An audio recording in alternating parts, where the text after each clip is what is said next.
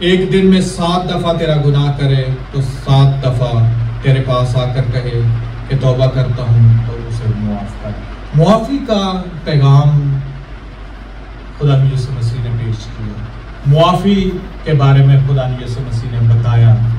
اور آج جو حوالہ ہمارے سامنے متی کی انجیل میں سے پڑھا گیا اس کے 6 باب میں، وہاں پر بھی یہی بیان ہمیں ملتا ہے، اس لیے اگر تم آدمیوں کے قصور معاف کرو گے تو تمہارا آسمانی باپ بھی تم کو معاف کرے گا، اور اگر تم آدمیوں کے قصور معاف نہ کرو تو تمہارا باپ بھی تمہارے قصور معاف نہ کرے گا۔ کلام خدا کا کلام یہ کہتا ہے کہ ہمیں ایسا رویہ رکھنے کی ضرورت ہے، اگر ہمارا بھائی گناہ کرتا ہے 7 دفعہ 70 دفعہ گناہ کرتا ہے تو ہمیں اس کو معاف کرنے کی ضرورت ہے۔ جب ہمارا باپ ہمیں معاف کر دیتا ہے تو ہم ایک دوسرے کو معاف کیوں نہیں کر سکتے؟ اور جس طرح سے خدا ہم دعائے ربانی میں پڑھتے ہیں کہ جس طرح ہم اپنے قرض داروں کو معاف کرتے ہیں، ہم اپنے قرض داروں یا اپنے قصورواروں کو معاف نہیں کرتے تو خدا ہمارے قصور کیسے معاف کر سکتا ہے؟ معافی کا پیغام ہمیں اپنی زندگی میں اس کو عملی جامہ پہنانے کی ضرورت ہے تاکہ ہم معاف کریں۔ اور دشمنوں کے لیے تو خدا یسوع مسیح نے دعا کرنے کے لیے بھی کہا ہے۔ خدا یسوع مسیح کی تعلیم جو ہے وہ دوسروں سے بڑی مختلف ہے، اور اس کا بھی ہم ذکر مقدس اسٹیفنس کی زندگی میں دیکھ سکتے ہیں کہ وہ